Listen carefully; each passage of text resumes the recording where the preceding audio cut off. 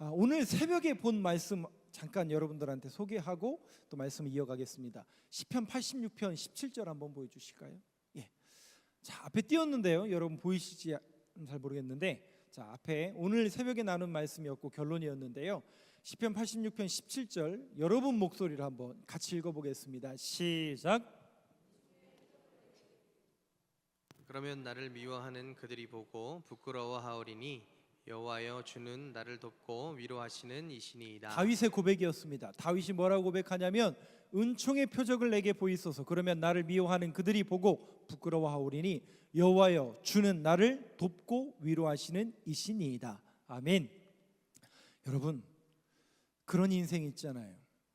열심히 살아가는 사람을 우리가 이길 수 없고, 또 즐기는 자를 우리가 이길 수 없고, 거기다가 운까지 좋은 사람을 어떻게 이기겠어요? 그죠? 그런데 여러분, 우리 신앙인들은 하나님이 도우신다면 반드시 승리하게 될 줄로 믿습니다. 세상이 운이 좌우한다, 그것은 우연이다. 여러분, 그러나 우리에게는 하나님의 뜻만 있고 하나님이 돕는 인생은 반드시 승리하게 될 줄로 믿습니다. 다윗이 그런 인생이죠.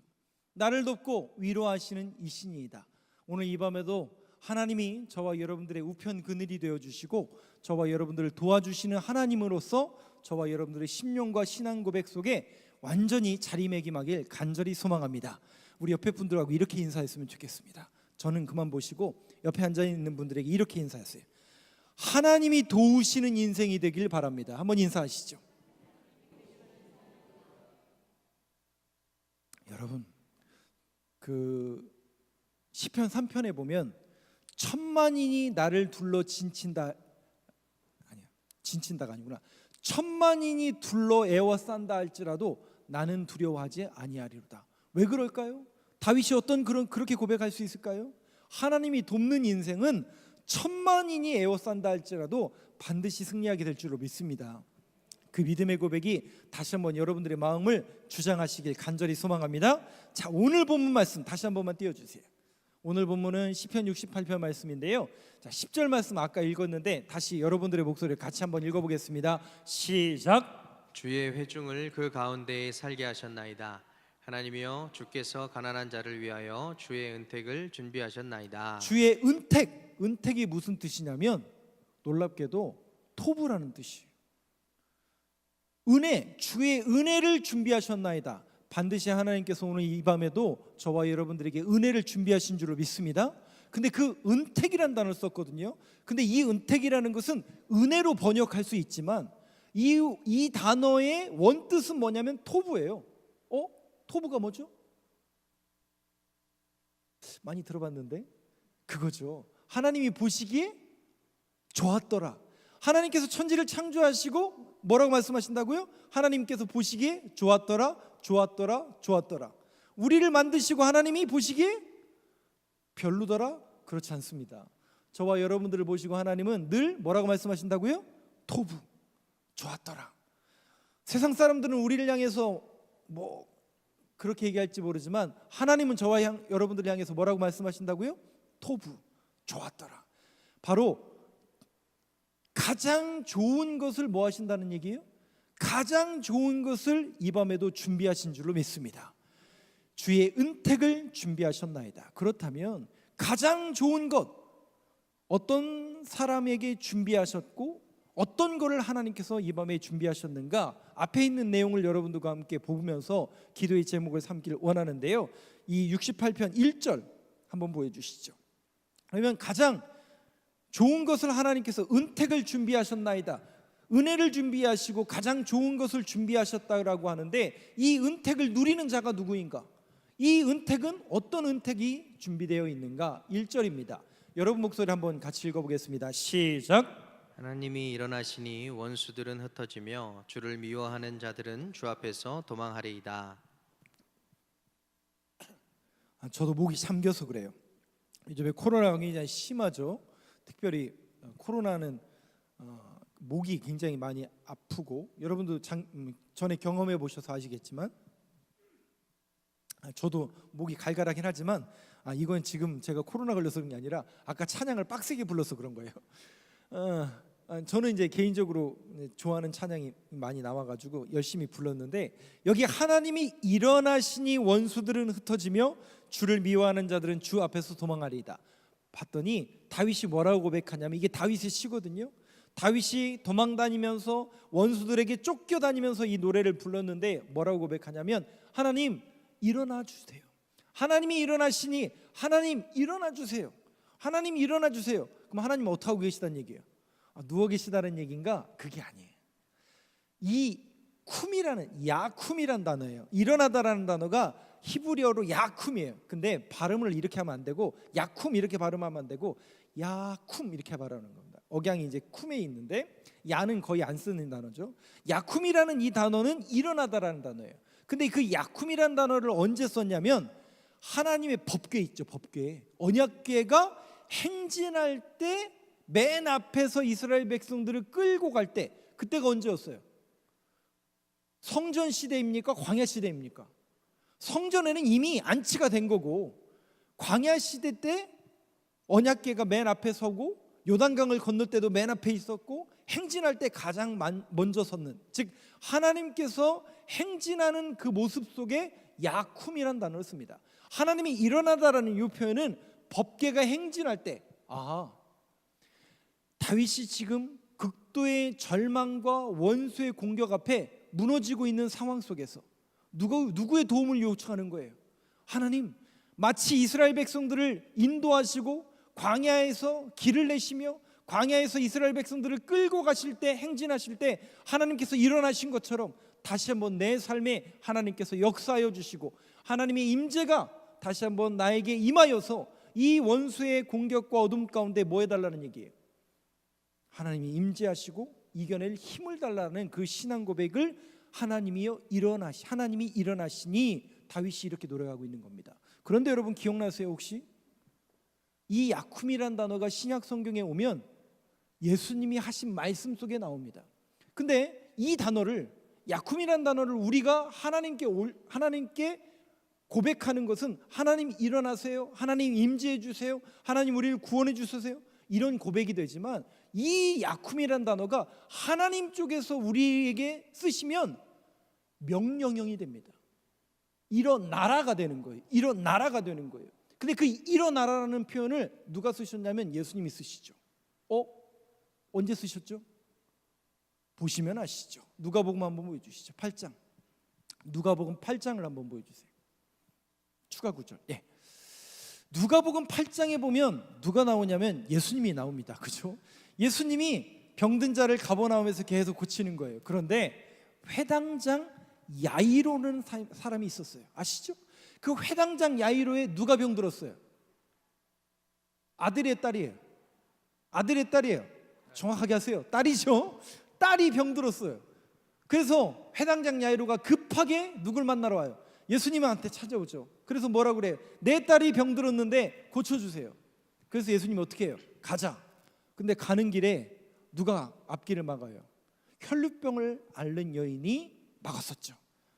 그 여인을 하나님께서 옷자락을 만졌던 그 여인을 고쳐주셨죠.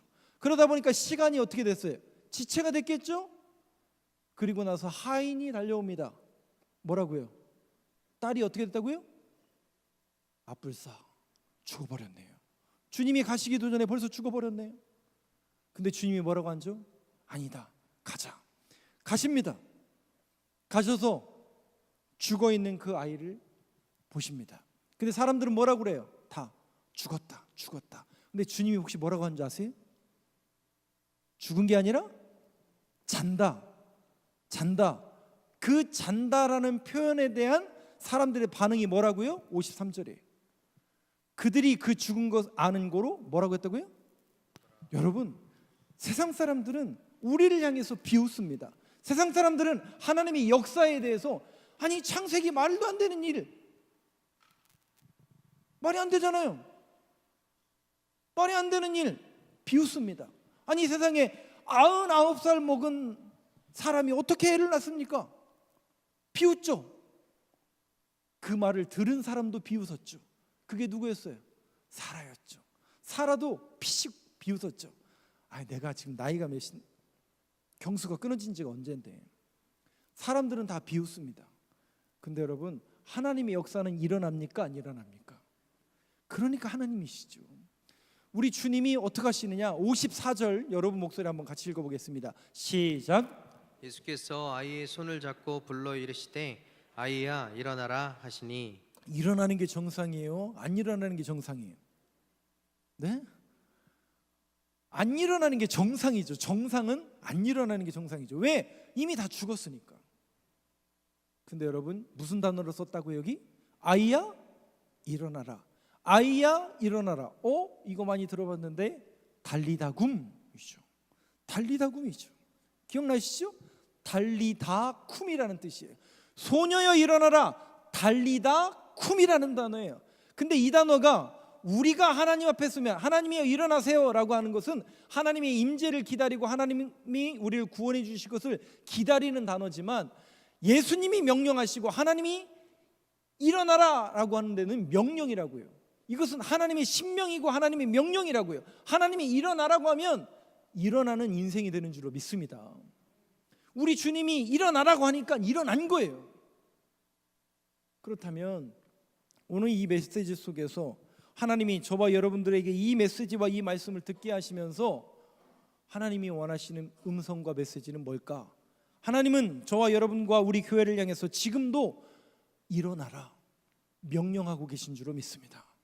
일어나라, 빛을 발하라. 누구에게 한 얘기예요? 이사야서를 통해서 하나님께서 하나님의 몸된 교회와 공동체를 향해서 지금도 얘기하시는 거예요. 일어나라. 하나님의 말씀과 복음과 하나님의 뜻을 전하는 교회로, 인생으로, 빛을 발하는 인생으로 거듭나라. 세워져라. 회복되어져라. 여러분들이 왜 고침받아야 되죠? 우리 권사님들 병원에 계시고 코로나로 인해서 지금 영상으로 예배드리는 분 솔찬히 많이 계시고, 근데 왜 우리가 고침받아야 되죠? 왜 우리 교회가 부흥해야 되는 거죠?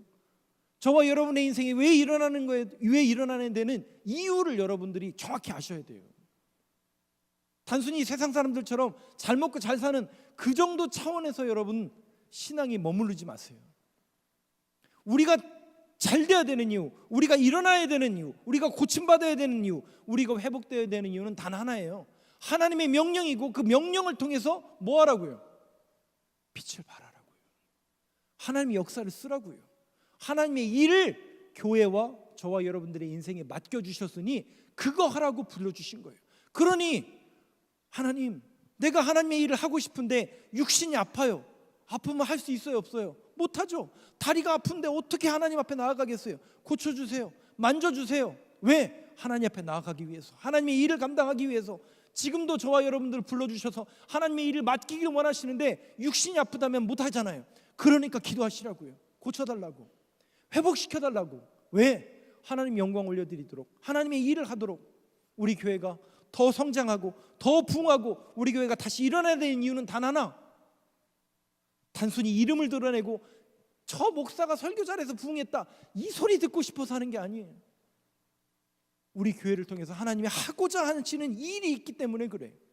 그리고 여러분들의 인생을 통해서 하고자 하시는 하나님의 일이 있기 때문에 여러분들이 이 하나님의 명령에 순종하셔서 오늘도 다시 일어나는 역사가 우리의 삶과 교회와 여러분들의 가정과 우리들의 모든 삶의 곳곳에 다시 일어나는 역사가 임하게 되길 간절히 소망합니다. 그러니까 이 메시지가 선명하게 여러분들과 저와 심령 속에 새겨져야 돼요. 달리다 쿰, 야 쿰, 일어나라. 그 메시지를 붙드는 저와 여러분 되시길 간절히 소망합니다. 그런데 1절을 다시 한번 보여주시겠어요? 시편 68편 1절.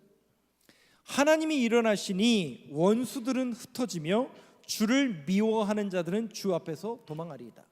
주를 미워하는 자들이라고 표현하고 있지만 실상은 주를 대적하는 자라고 표현하는 게 더 맞습니다. 자, 이것은 어떤 의미냐면, 이렇게 제가 몇 차례에 대해서 여러분들에게 이런 말씀을 드렸는데, 우리가 신앙인이라는 것은, 우리가 신앙인의 길을 걷는다라는 것은 소속이 바뀐 겁니다. 무슨 소속이 바뀐 거예요? 무슨 소속이 바뀐 거예요? 하나님의 편에 서게 된 거예요. 그러니까 우리가 예수를 믿고 신앙생활한다는 것은 소속이 바뀌는 거라고요. 하나님의 편에 서는 거예요. 잘 보세요. 성경에 악인과 의인을 구별하고 있죠. 그러면 악인과 의인을 구별하는 그 구별의 구별점은 뭔가요? 살인하는 놈, 죄 짓는 놈, 우리가 도덕적으로 윤리적으로 악한 사람을 악인? 우리는 착하고 열심히 살고 그러니까 의인? 이거 없어요. 신앙생활 성경은 그걸로 우리가 통상적으로 알고 있는 그런 개념으로 착하다 악하다의 개념이 아니에요. 신앙생활이라는 것은 소속의 개념입니다. 무슨 소속? 하나님 편에 선 거예요. 하나님 편에 서기 때문에 하나님의 말씀을 따라야 되고 그 말씀을 따라야 되기 때문에 착한 행실을 보여야 주는 거예요. 무슨 말인지 여러분 이해가 되세요? 선한 사람과 악인을 하나님은 하나님의 편에 선 사람, 하나님의 편에 서지 않는 사람으로 구별하고 있다고요. 하나님의 편에 서지 않기 때문에 세상의 가치관과 세상 사람들처럼 사는 거예요. 그것을 악인과 의인으로 구별하고 있습니다. 여러분 생각해 보세요. 여러분 의인 맞아요? 저한테 한번 물어보세요. 목사님 의인이세요? 한번 물어보세요. 어떻게 우리가 의인이죠? 오늘 금요 심야 나왔으니까 의인인 거죠? 오늘 새벽 예배 나왔으니까 의인인 거죠? 성경은 예배 몇 번 들린 걸로, 출석 도장 찍은 걸로 의인이라고 얘기하지 않아요. 우리가 하나님 편에 서 있으니까 하나님이 의롭다 칭찬해 주기 때문에 의인인 겁니다. 하나님 편에 서 있는 자들, 하나님을 대적하지 않고 하나님 편에 소속이 바뀐 거예요. 여러분 그 소속감을 여러분들이 정확히 인정하시고 인지하셔야 됩니다. 소속이 바뀐 거예요. 그 소속이 바뀐 의인과 악인의 삶은 어떤 결론을 이뤄내느냐? 2절을 한번 보시죠. 2절 한번 여러분 목소리를 같이 읽어보겠습니다. 시작. 연기가 불려가듯이 그들을 몰아내소서. 불 앞에서 미리 녹음같이 악인이 하나님 앞에서 망하게 하소서. 그들은 결국 이렇게 망하고 만다는 거예요. 하나님 편에 서지 못하는 그 악인의 세력들은 결국 저들이 그렇게 무너진다는 거죠. 3절 한번 볼까요? 3절은 제가 읽겠습니다. 의인은 기뻐하여 하나님 앞에서 뛰놀며 기뻐하고 즐거워할지어다. 자, 우리가 의인은 아니지만 하나님 편에 섰을 때 하나님은 의롭다 칭찬해 주셔서 우리가 의인이 됐다는 거죠. 그 하나님 편에 선 사람들은 누구 앞에서? 누구 앞에서예요? 정확하게 하나님 앞에서, 하나님 안에서입니다. 4절도 한번 볼까요? 똑같은 내용입니다. 한번 여러분 목소리를 같이 읽어보겠습니다. 시작. 하나님께 노래하며 그의 이름을 찬양하라. 하늘을 타고 광야에 행하시던 일을 위하여 대로를 수축하라. 그의 이름은 여호와이시니 그의 앞에서 뛰놀지어다. 의인은 누구 앞에서요? 하나님 앞에서. 여러분 정확하게 이 신앙 고백이 사도 바울이 이야기하고 있는 인 크라이스트예요.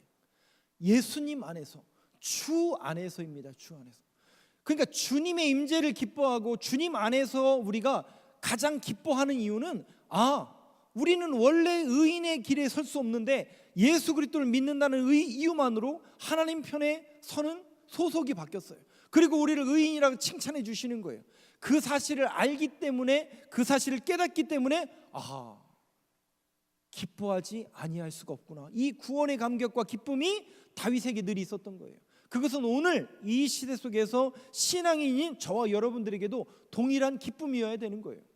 그 구원의 기쁨. 그런데 그 구원의 기쁨은 누구 앞에 있을 때만, 누구 안에 있을 때만, 하나님 앞에 있을 때, 예수 그리스도 안에 있을 때만 우리에게 주어지는 행복이고 기쁨이라는 거죠. 그래서 빌립보서에 보면 사도 바울이 계속 권면합니다. 빌립보 교인들아, 내가 그 모습을 보여주지 않았느냐? 무슨 모습을 보여줬는데요? 사도 바울이 빌립보 감옥에서 무슨 모습을 보여줬는데요?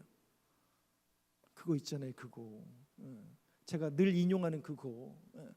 여러분 감옥에 갇혔으면 말이 안 되잖아요. 하나님이 도와주셔도 시원찮을 판에 하나님 이게 뭡니까? 이런 불평을 하던가요? 거기서 바울과 실라가 노래를 하더라고요. 그게 뭐예요, 여러분? 환경이 그들의 신앙을 좌지우지하는 게 아니에요. 내가 머무는 곳이 밀림이든 저 오지든 저 산골짜기든 그게 중요한 게 아니라 하나님이 나와 함께 하시는가? 바울과 시라는 감옥에 있었지만 불평하고 원망하기보다는 하나님을 노래하는 것을 선택하는 거예요. 주님의 임재를 기다리고 주님 안에 항상 있길 원하는 그 마음으로 노래를 했을 뿐이에요. 이거를 빌립보 교인 너희들 알지 않느냐? 그러니 너희들이 누구의 임재와 누구 안에서? 예수 그리스도 안에서 늘 기뻐하라. 늘 기뻐하라. 이게 빌립보서의 가장 핵심 키워드였잖아요. 그러니까 여러분, 제가 몇 차례 이 시편 말씀을 이렇게 금요 심야마다 말씀드리면서 우리도 넘어질 때가 있잖아요. 우리도 실망할 때가 있잖아요. 꼬꾸라질 때가 있잖아요. 근데 여러분, 저와 여러분들이 넘어지고 실패하고 시험 들고 꼬꾸라져도 누구 앞에 꼬꾸라져야 되냐면 여기 앞에 꼬꾸라지셔야 돼요. 십자가. 그러면 괜찮아요. 근데 어디로 꼬꾸라져요? 대부분 저 세상으로 나가잖아요. 여러분, 십자가 앞이 가장 안전한 자리라는 사실을 분명히 인지하고 인식하고 그 주님 앞에 넘어지는, 그 주님을 붙들 수 있는 산 소망의 자리가 바로 이 자리가 되길 간절히 소망합니다. 여러분들이 오늘도 그런 소망을 가지고 오신 거 아니에요?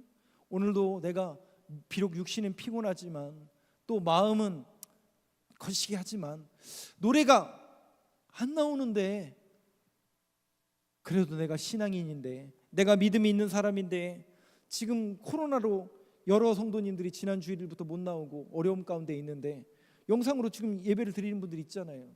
이분들이 무슨 소망으로 지금 이 예배를 같이 드릴까요? 하나님 앞에 내가 넘어져야지. 넘어져도 하나님 앞에, 내가 꼬꾸라져도 십자가 앞에. 여러분, 그 자리가 가장 안전한 자리라는 사실을 분명히 믿게 되길 간절히 소망합니다. 5절 말씀을 한번 볼까요? 그분 앞에서 뛰놀지니라. 5절 말씀 한번 같이 읽겠습니다. 시작. 그의 거룩한 처소에 계신 하나님은 고아의 아버지시며 과부의 재판장이시라. 그의 거룩한 처소에 계신, 혹자든 이렇게 생각해요. 아니, 하나님은 저 거룩한 처소라고 하니까 저 하늘 보좌에 앉아 계시는 하나님이고 이 땅은 하나님이 계셔요, 안 계셔요? 예? 이 땅은 하나님이 그냥 하늘에서 이렇게 쳐다보시면서 위에서 통치하시는 거 아니냐? 근데 여러분, 거룩한 처소에 계신 하나님이라는 이 신앙 고백은 정확하게 어떤 신앙 고백하고 연결을 하셔야 되냐면 이사야 6장에 나와 있는 말씀하고 여러분들이 연결을 하셔야 돼요. 이사야가 우시아 왕이 죽던 해에 절대 권력이 사라져서 망했다, 쫄딱 망했다, 큰일 났다, 어떡하냐? 이사야는 어떤 사람인 줄 아세요? 왕족의 후손이라고요. 히스기야하고는 사촌지간이에요. 왕궁의 선지자였다고요. 정치를 알았을까요? 몰랐을까요? 시대를 읽을 눈이 있었을까요? 없었을까요? 정치, 시사, 경제 모든 면에 박학다식한 사람이었다고요. 근데 우시아 왕이 죽어버렸다고요. 큰일 났다, 망했다. 그럼 이사야는 그 말에 동조했을까요? 안 했을까요? 자기도 그런 거예요. 이게 뭡니까 하나님? 나라가 이렇게 가서는 안 되죠. 이 나라 이민족 이렇게 가서는 안 되죠. 망했다. 답답하고 그 나라 사랑에 대한 그 마음이 큰 사람이라 야, 이거 어떡하나, 큰일 났다. 그 답답한 마음을 가지고 해결할 데가 없으니까 어디로 가는 거예요? 성전으로 달려가는 거예요. 넘어져도 어디에 넘어져다고요? 하나님 앞에요. 성전에 달려가지고 하나님 이거 어떡합니까? 근데 거기서 뭘 봐요? 보좌에 앉아 계신 하나님을 봐요. 근데 그 보좌가 하늘에 있어요. 근데 하늘에만 계신 줄 알았는데 옷자락이 쭉 내려와요. 자기가 지금 기도하고 있는 성전까지 옷자락이 가득한 걸 봅니다. 그게 무슨 환상이냐면 하나님이 살아계시다는 얘기예요. 하나님이 저 위에서 그냥 니네들끼리 잘 사나 구경하시고 좌시하는 하나님이 아니라 지금도 이 땅 가운데 함께 하시고 우리와 동행하시며 경영하시고 통치하시고 섭리하신다라는 그 환상을 이사야가 보게 된 거예요. 망한 게 아니구나, 끝난 게 아니구나, 하나님이 통치하시고 하나님이 섭리하시면 되는 건데 내가 그 사실을 잃어버리고 있었군요. 그래서 뭐라고 그래요? 화로다, 나는 망하였도다. 왜요? 좀 전까지 뭐라고 했는데요? 망한다고 했으니까 이 나라 망했습니다. 큰일 났습니다, 하나님. 그런 자신을 회개하는 거예요. 근데 주님이 어떻게 해요? 그 회개하는 입술에 부지깽이를 해서 그 죄를 사해 주시잖아요. 그리고서는 뭐라고 그래요? 네가 가라. 네가 가서 뭘 전하라는 거예요? 하나님 살아계시고 하나님 지금도 역사하시고 하나님 지금도 통치하신다라는 이 복음을 네가 가서 전해라. 네가 가라. 이렇게 된 거예요. 오늘도 여러분 이 자리에 나오신 또 영상을 통해서 예배드리는 여러분들이 확인해야 될 게 뭐냐면 그거죠. 하나님 살아계시는구나. 하나님 지금도 함께 하시는구나. 하나님께서 내 기도 가운데 함께 하시고 통치하신다라는 그 확실한 믿음의 고백이 오늘 이 저녁에 또 이 밤에 하나님의 몸된 전에서 또 영상으로 예배드리는 저와 여러분들의 심령과 삶 속에 온전한 믿음의 고백으로 자리매김하길 간절히 소망합니다. 마지막으로 6절 말씀 한번 보시죠. 다 왔어요. 6절 한번 같이 읽겠습니다. 시작. 하나님이 고독한 자들은 가족과 함께 살게 하시며 갇힌 자들은 이끌어내사 형통하게 하시니라. 오직 거역하는 자들의 거처는 메마른 땅이로다. 오직 거역하는 자들의 거처는 메마른 땅이로다. 메마른 땅이라는 이 단어가 광야라는 단어예요. 광야.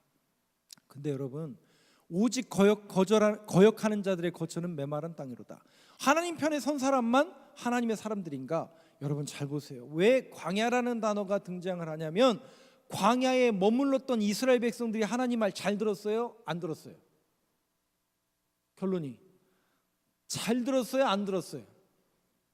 안 들었다고요. 거역하는 자처럼이었어요. 근데 그들을 하나님이 포기하시던가요? 그들을 야, 네 멋대로 네가 살아봐 그러시던가요? 아니요. 하나님은 우리가 아무리 넘어지고 실패하고 거역하고, 그러니까 거역하는 자들은 다른 사람들이 아니라 바로 저와 여러분들을 향한 하나님의 은혜와 은총의 메시지죠. 거역하는 인생이요, 하나님의 말씀을 온전히 따르지 못하는 인생이라 할지라도 주님께서 우리에게 뭘 준비하신다고요? 그게 결론인 거예요. 10절 말씀, 은택을 준비하셨나이다. 마지막 절 한번 보여주세요. 은혜를, 주의 은택을 준비하셨나이다. 사랑하는 성도 여러분, 하나님은 반드시 저와 여러분들에게 은택을 준비해 주시는 분이신 줄로 믿습니다. 은택이라는 단어가 무슨 단어라고요? 토부라고요. 가장 좋은 것이에요. 뭐가 가장 좋은지 저도 모르겠어요. 여러분들의 인생에 가장 좋은 게 저는 뭔지 몰라요. 그런데 하나님은 여러분들의 인생에 가장 좋은 걸 준비하셨대요. 하나님께서는 저와 여러분들과 우리 교회에 가장 좋은 은택을 준비하셨나이다. 이 약속의 메시지가 오늘 저와 여러분들이 붙들어야 될 메시지이고, 준비하시고 인도하시는 그 하나님의 말씀에 붙들리며 오늘도 그 주님만 의지하며 기도하는 밤이 되길 간절히 소망합니다.